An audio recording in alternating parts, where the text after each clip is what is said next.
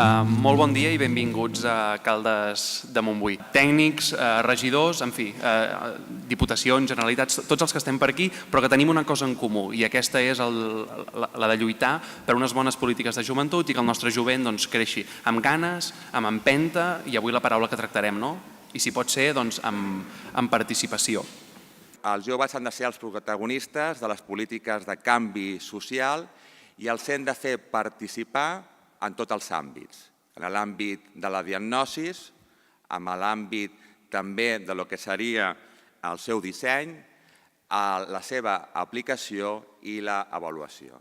L'objectiu de les jornades d'avui és promoure la participació dels joves en la presa de decisions de tot allò que afecta a les seves vides. És canviar la idea o és fer un pas més en aquella idea que no només serveix pels joves i pel jovent, sinó que serveix per tota la ciutadania, però de no fer polítiques públiques, en aquest cas polítiques de joventut, per a un col·lectiu, en aquest cas per als joves, sinó de fer-les amb els i les joves, de fer-les amb aquest col·lectiu i, per tant, de ser totalment corresponsables, de ser totalment protagonistes i de no tenir por a cedir espais de poder, de no tenir por a cedir espais que fins ara potser les administracions ens hem sentit massa nostres, sinó de fer-ho molt més obert i de no ser egoistes, sinó de ser totalment generosos per tal de ser corresponsables. Però en aquest sentit, com interlocutor de les institucions, jo el que vaig escoltar ara mateix són coses que jo exigia dels altres sempre. Així que em semblava com que estan llegint el meu discurs com president, perquè han dit tot que nosaltres hem demanat fa 4 anys ja que no soc president, o fa 3, però això és molt...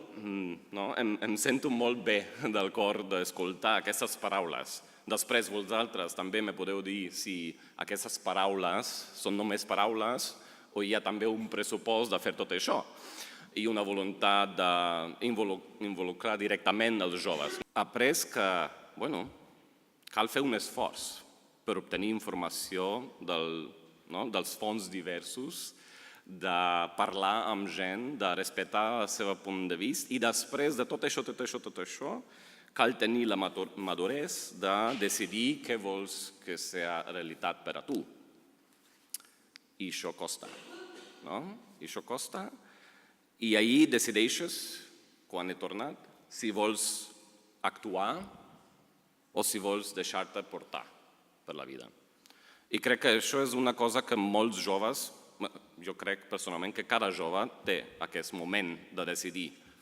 Vull participar activament, implicar-me en qualsevol cosa, que per a mi és la definició de la participació juvenil, és un compromís d'actuar dintre de la meva pròpia comunitat o del meu grup. I ahir és on decideixo què vol fer. Hi ha una cosa que me molesta tant que vull canviar-la o no. I actuar no vol dir sempre actuar per canviar el món, com era la meva idea, perquè jo vaig anar de 0 a 100%, perquè clar, amb l'idealisme que un té quan és adolescent o una mica després, pensa que pot canviar el món i després, potser ara, als meus 37, penso que no puc canviar el món enter, però puc canviar el meu món. I què és això? La meva mente, la manera de com actuo jo amb el meu entorn, amb les persones que són cercanes a mi, i motivar els altres de canviar coses, que és possible, que quan un s'impliqui i té la motivació i també el suport necessari, coses comencen a canviar. I això per mi és la part més bonica del vostre treball que feu com tècnics, de veure aquest moment quan un jove que no estava molt interessat o interessada canvia. Pot ser que canvia només per una causa, perquè vol construir una cosa que és important per a ell. Però hi ha algunes persones que s'impliquen sempre després. I pot ser que no totes les causes tu comparteixis, perquè pot ser que alguna persona prefereixi futbol i a ti no t'agrada futbol, o una persona vol un club de ciència, o una persona vol implicar-se políticament per una causa que tu no comparteixis. Però el més important de la participació no és tant el què, sinó el com, en el sentit de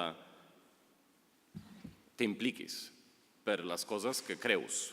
Aquí també amb el que està passant en el vostre país ara mateix, si hi ha persones joves o qualsevol persona en vostra societat o l'entorn que s'implica, però s'implica per coses distintes que penseu vosaltres, si hi ha alguna persona que no li agrada la idea de la República Catalana, com gestionar això de no excloir la persona i mantenir les possibilitats perquè ells s'impliquin almenys al nivell de joventut, en l'àmbit de vostra responsabilitat.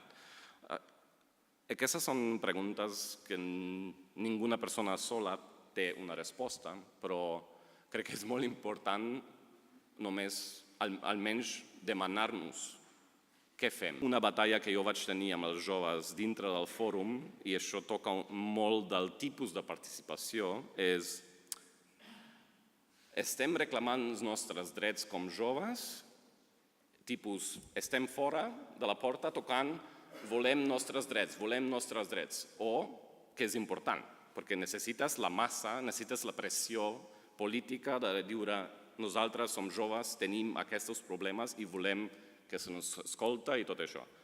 Però si no estàs disponible també d'entrar dintre de la porta, d'asseure-se amb els responsables de les polítiques juvenils, que clar, pot ser les 3 persones que hem escoltat abans que coneixen molt bé i han dit totes les paraules correctes de com deveria ser i estan disponibles a rebre la teva opinió, però pot ser que a vegades no. Sin embargo, cal entrar i cal tenir algunes propostes. Però, sin embargo, era important sempre de participar. El que David estava parlant al principi de l'aprenentatge del procés. La importància de tenir l'espai on un jove pot actuar com un polític, però també, jo diria més, no actuar com polític, sinó més ser un ciutadà actiu.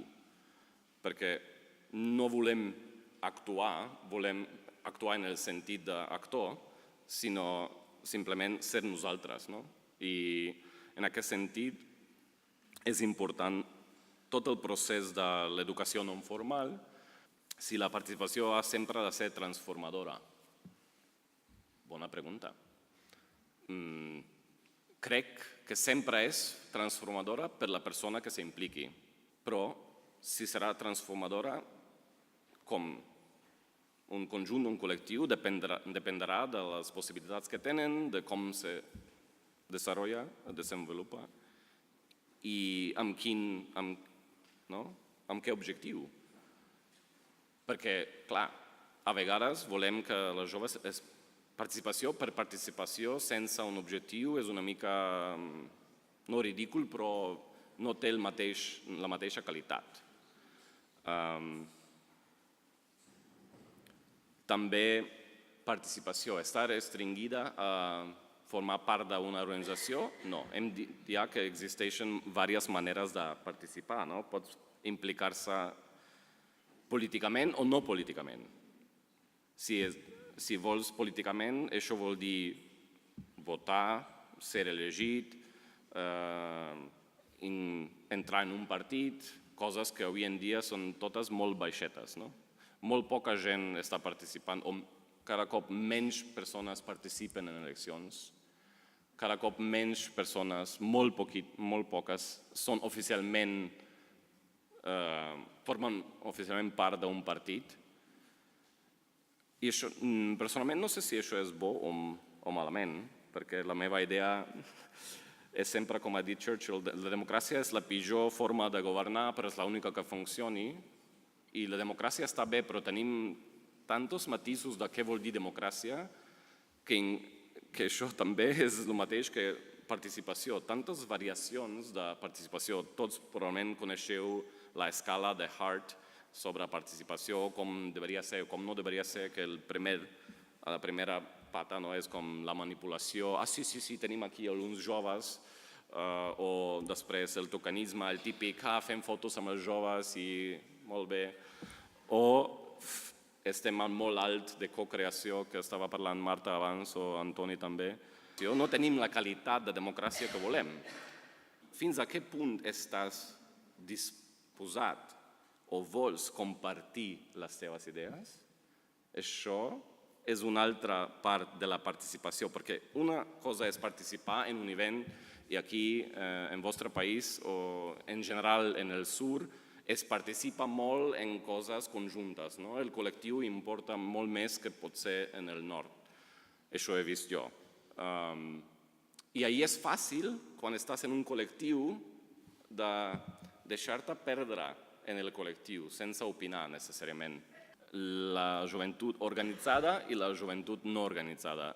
De fet, no m'agrada aquesta dicotomia, perquè hi ha la joventut activa i hi ha la joventut que passa de tot, que cal respectar també, perquè, mira, l'important és que donem l'espai, donem les possibilitats, però no podem fer la decisió per ells i elles.